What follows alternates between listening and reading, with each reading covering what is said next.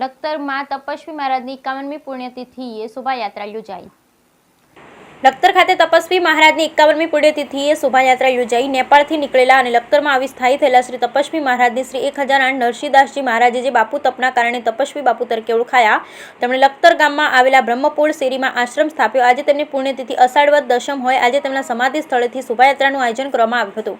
બ્રહ્મપોળમાં આવેલ તપસ્વી આશ્રમથી વાતે ગાતે શોભાયાત્રા યોજાઈ, જેમાં લખતર સહિત દક્ષિણ ગુજરાતના વલસાડ વિસ્તારમાં તેમજ સુરેન્દ્રનગર જિલ્લાના નળકાંઠાના રાણા ગઢ, નાની કટેછી, મોટી કટેછી સહિત આસપાસ વિસ્તારમાંથી પણ બાપુના અનુયાયીઓ તેમજ દર્શનાર્થીઓ આવીને શોભાયાત્રામાં જોડાયા।